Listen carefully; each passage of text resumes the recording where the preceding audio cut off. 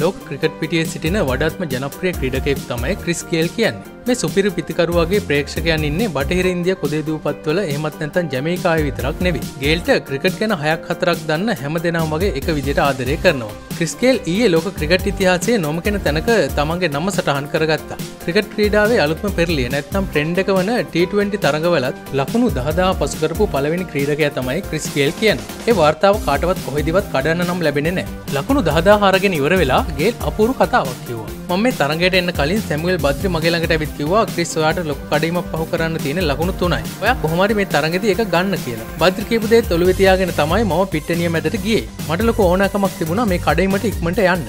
ගේල් ලකුණු 3 විතරක් අරගෙන නැවතුනේ නැහැ. දෙවන්ත 6 පාර 7කිනුයි 4 පාර 5කිනුයි ගුජරාටි ලයන් පන්දු යවන්නන්ට සලකලා තමයි ගේල් පස්ස බැලුවේ. මට ඕන මගේ ප්‍රේක්ෂකයෝ පිනවන එක. මම ලකුණු 10000 ගනිද්දී ඒ පිටිපස්සේ හිටියේ මගේ ප්‍රේක්ෂකයෝ. මම හිතනවා තව කාලයක් මට ප්‍රේක්ෂකයන් පිනවන්න පුළුවන් වෙයි කියලා. එහෙම වුණොත් තව ලකුණු 2-3000ක් මේ ලකුණු මල්ලට එකතු කරන්නට පුළුවන් වෙයි. ක්‍රිකට් පිටියේදී නිහතමානී වගේම වෙනස් දෙයක් කරන මේ වගේ තරුත් එක්ක තමයි ක්‍රිකට් වලට හැමදාමත් ඉස්සරහට යන්න පුළුවන් වෙන්නේ. මේ වීඩියෝට කැමති නම් thumbs up කරන්නත් යාළුවන්ට බලන්න share කරන්නත් අමතක කරන්න එපා. ක්‍රිකට් ගැන මේ වගේ වීඩියෝ හැමදාම බලන්න අපේ YouTube channel එකට subscribe කරන්න. ක්‍රිකට් ලංකා තුලින් ඔයාට සුබ දවසක්.